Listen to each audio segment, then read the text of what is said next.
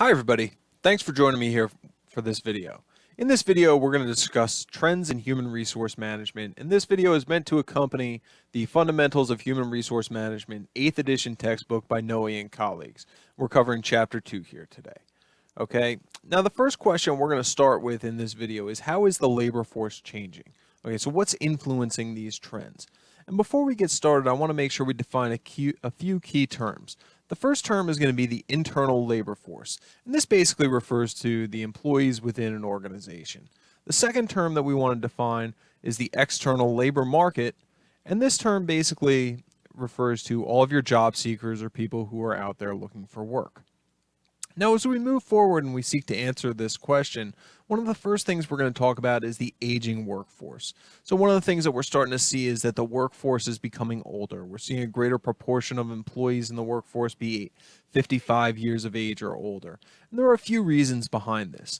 The first one is that many people keep working for personal fulfillment. Okay, and the idea here is when they think about retirement, they don't necessarily know what they're going to do if they retire. They've let their work become an important part of their identity, and letting go is going to impact their ability to be fulfilled as a person. The second reason that we tend to see an aging workforce is that there's financial need out there.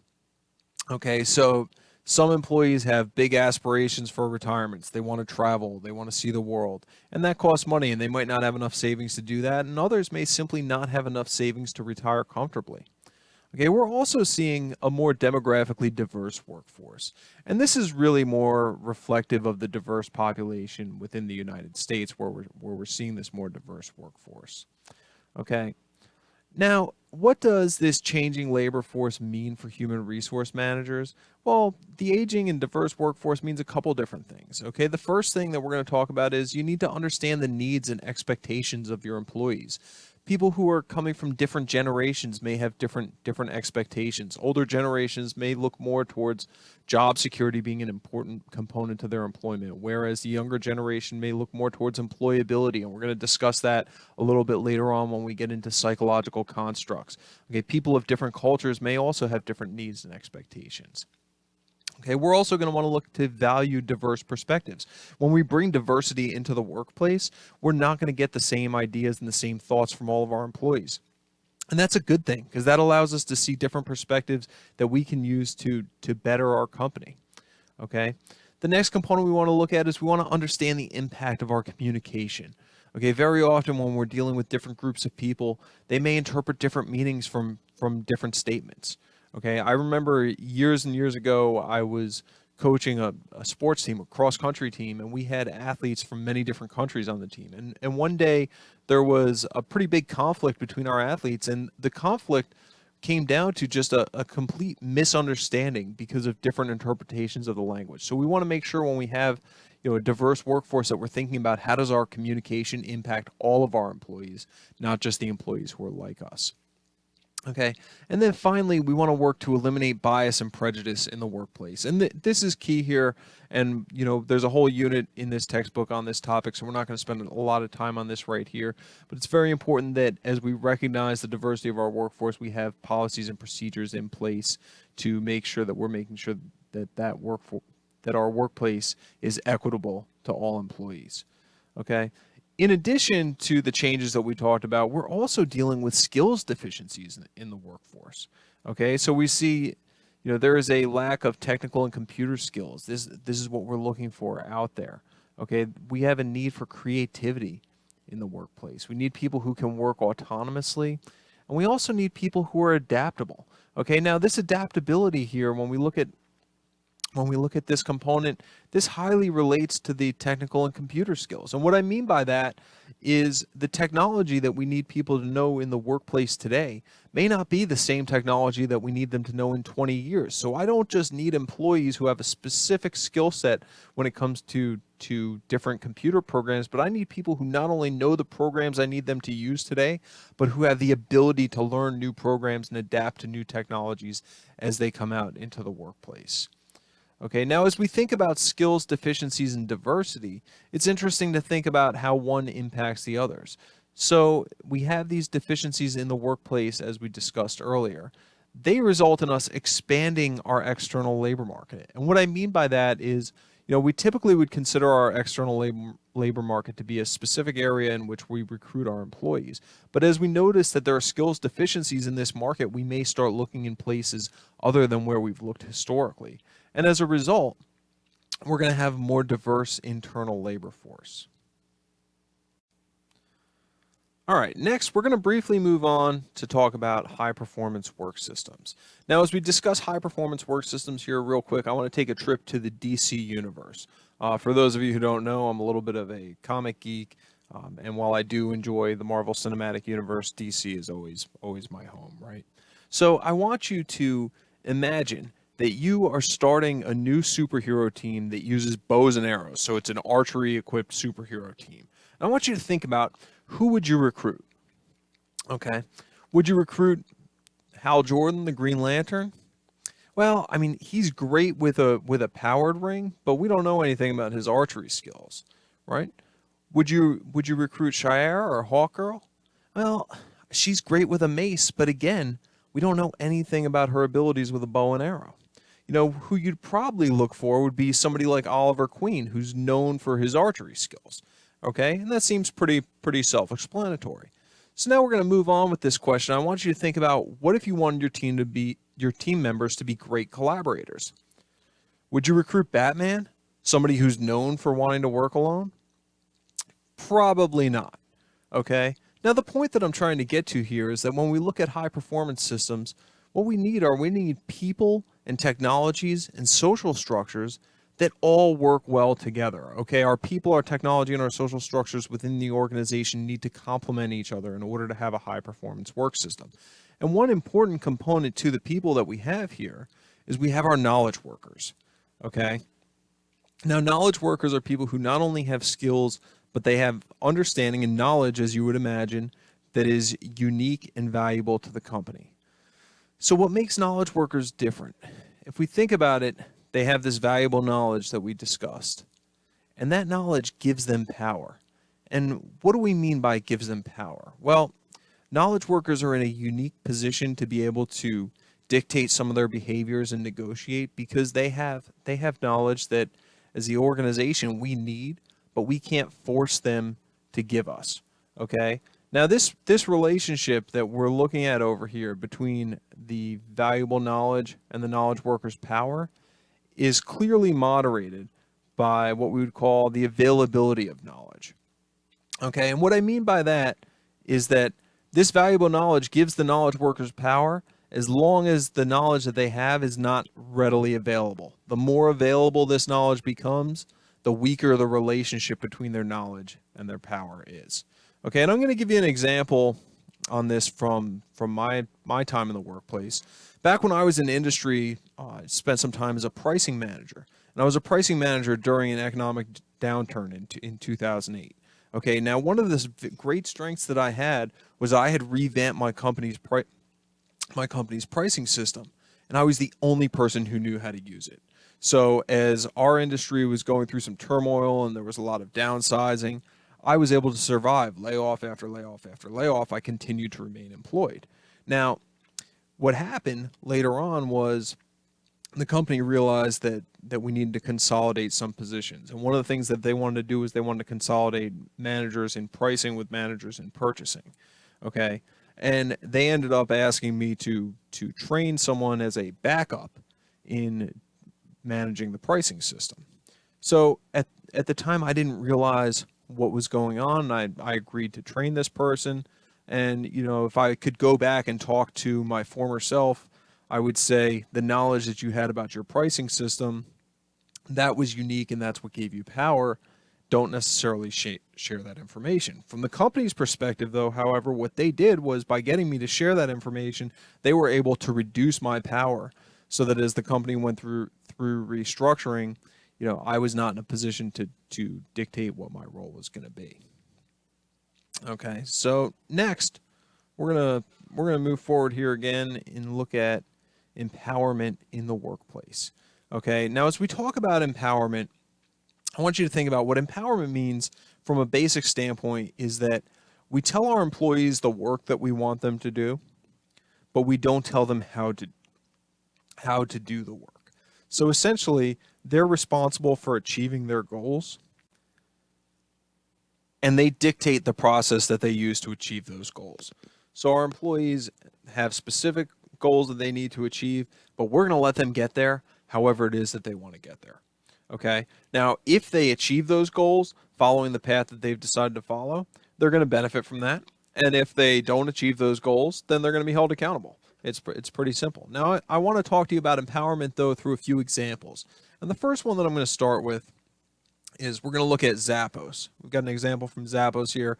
And this story comes straight from Tony Hsieh's book, Delivering Happiness. Now, Tony Hsieh is the CEO of Zappos. And he told a story about how when the company was looking for funding, he had a meeting with potential investors in New York. So he got there kind of late, met with the investors, saw them in the hotel lobby. Everybody was hungry. They wanted to eat.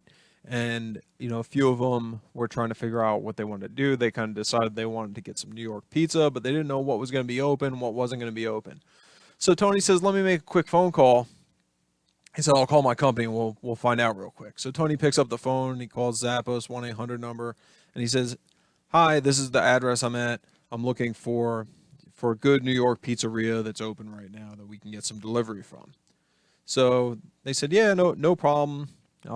Just give us a second here. And then they gave him a few options for different pizzerias. He thanked them, took the information down, and then proceeded to call and order the pizza. While they were waiting for the pizza, one of the investors said to Tony, they said, you didn't even introduce yourself when you called the 1-800 number. How did they know it was you? And Tony said, they probably didn't. And the investor responded, well, then why did they help you out with getting the number of the pizzeria? And Tony said, the answer to that is pretty simple. The directive we give to all of our employees at Zappos is that it's their job to make every customer happy. And that's it. And they can do whatever they need to make that happen. He said, so I called. They knew I needed to find pizza to make me happy, and they helped me. That's it. That's an example of empowerment. Now, the second example I want to give you is I want to talk about some empowerment with cashiers. Okay, and I worked for a retail company at one point in my career, and this company had actually changed its theory on empowerment and how it treated its employees. And early on in the company's culture, they had a very controlling and punitive culture where people had very specific policies that they had to follow, and they needed to get approvals as they move forward. Okay, at the time that I worked for the company, things were a little bit different, and we were really looking more at empowering our people. Okay, so I had about 150 employees under me in the location that I managed, and I had a cashier who would always call me and ask me about different markdowns. And I never quite understood why the cashier would call me, because there were about 3 layers of management between this cashier and I. And one day we had a discussion about this. And I said to the employee, why do you call me every time somebody needs a couple dollars off of something? And she said, well, I don't want to get in trouble for doing the wrong thing. And I know that if I call someone else, they're just going to end up calling you. And I said, well, that's not actually accurate. I said, I don't want you to call anybody. I said, you have up to $50 you could take off of any transaction at your discretion at any point in time. All I want you to do is make sure our customers get out of here fast with the material they need and that they're happy when they leave.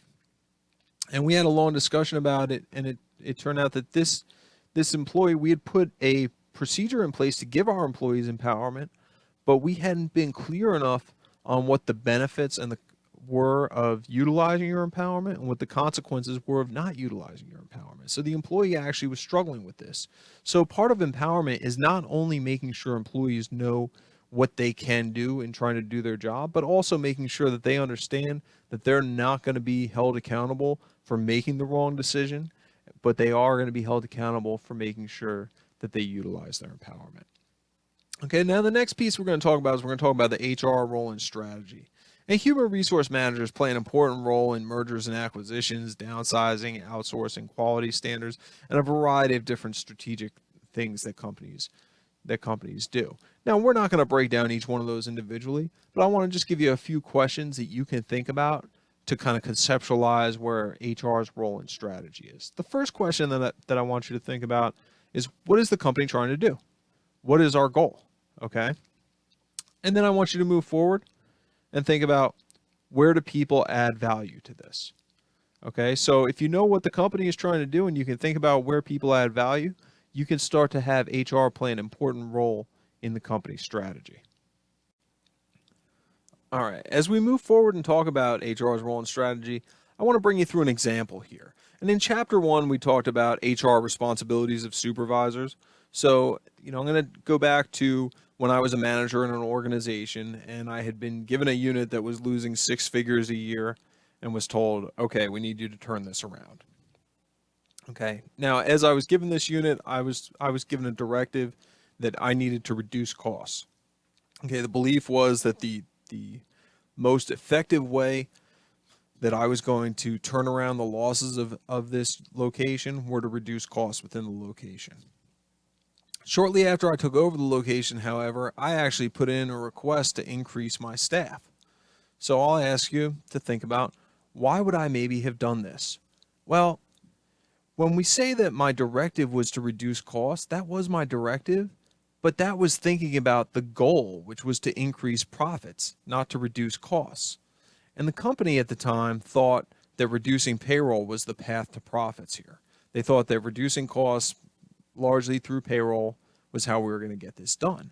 But what I realized as I began analyzing data in my location was that I actually needed to invest in payroll in order to increase my location's sales.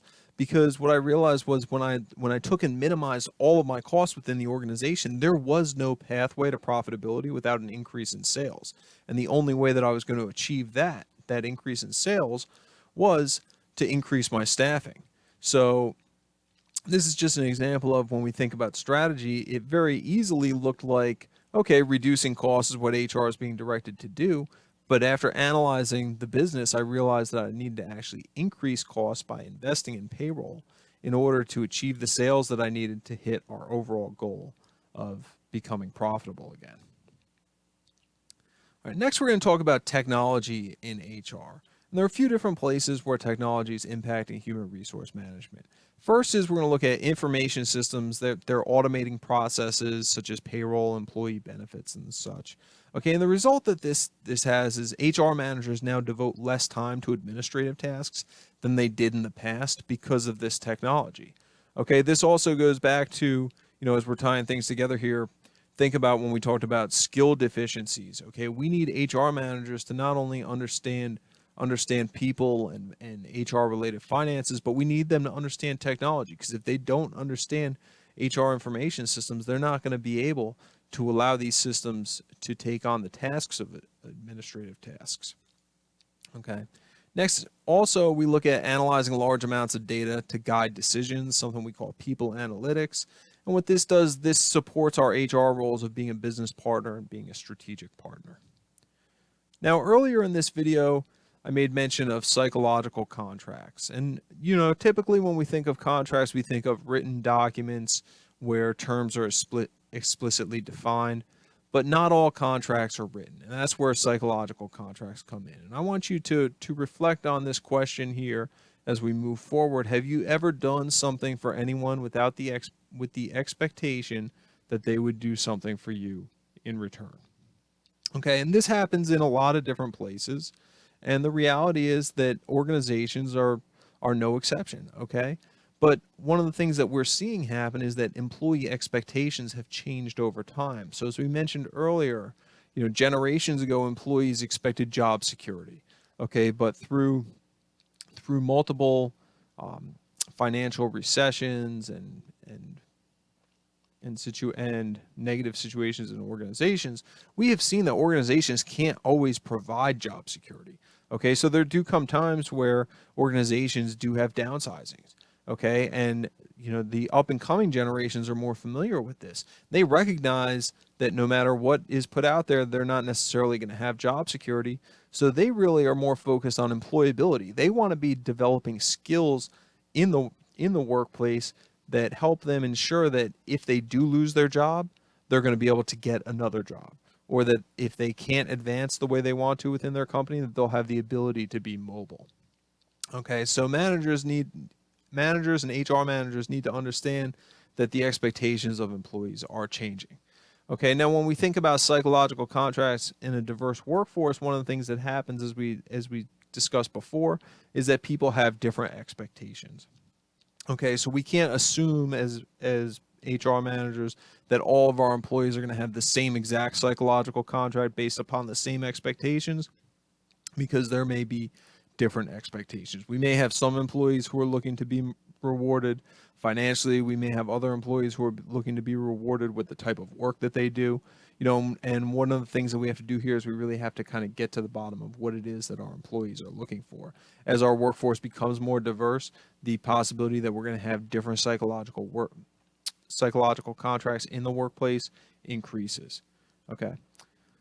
The final section that we're going to cover here is flexibility. And to start, we're going to talk about flexible staffing. Okay, and first here we're going to discuss independent contractors, who are basically self-employed people. Okay, so they're not employees of the company. They're people who we hire independently to do work for the company. Okay, they're paid an agreed upon amount. They are responsible for their own benefits, paying their own taxes, etc. Okay, now in theory, independent contractors can work with many different companies. Now, sometimes we see this work, sometimes we don't. There are companies that have restrictions on who independent contractors can work with. But if companies place too many restrictions on independent contractors, the independent contractors can sometimes sue to be recognized as employees. All right. Next, we'll cover temporary workers who are employed by a temp agency. In this case, the company contracts with the temp agency to get workers when needed, but they don't have a direct relationship with the workers. Okay. Then there are different types of flexible employment positions. Okay, so one of them would be an on-call worker, and this is where you're continually classified as an employee, but you only work when needed. Okay, so for example, sometimes consulting companies have on-call consultants who remain on a company's roster, but they only actually work when the company has projects that they want them to work on. But because they remain active employees, when a project comes up, they just simply call them, put them on the project, and they bill their hours as appropriate. Okay. We also have contract workers who sign a contract to work for a very specific period of time, and they cease to be employees after the contract expires. So they may sign a 1-year contract. They may sign a contract to work on a specific project for the duration of the project, but once the contract reaches its end, the employment arrangement then ceases to exist. All right, we're also going to talk about flexible work arrangements, as these are becoming more popular in the workplace. Okay, and with flexible work arrangements, employees basically are expected to maybe work core hours. So there may be key hours during the day that the company needs them to work, but non-core hours are completely at the employee's discretion. So, for example, if a business had critical meetings between the hours of 11 and 2, employees may have to work between 11 and 2, but the other 5 hours of their day may be at their discretion. So they may be able to work 11 to 7, they may be able to work 6 to 2. That might be at their discretion. They may have a break in their day, but that's the flexibility, is that the employees get to determine outside of core hours when they work. Now, this becomes a little bit challenging for managers, because managers often like to assess employees' processes that they go through. But when we have flexible staffing in place, managers have to learn to evaluate outputs and not processes. So when we put flexible staffing in place, it kind of requires a complete shift in how our managers think within the organization. All right. So that's our introduction to trends in human resource management. Thank you for joining me, and we'll talk to you soon.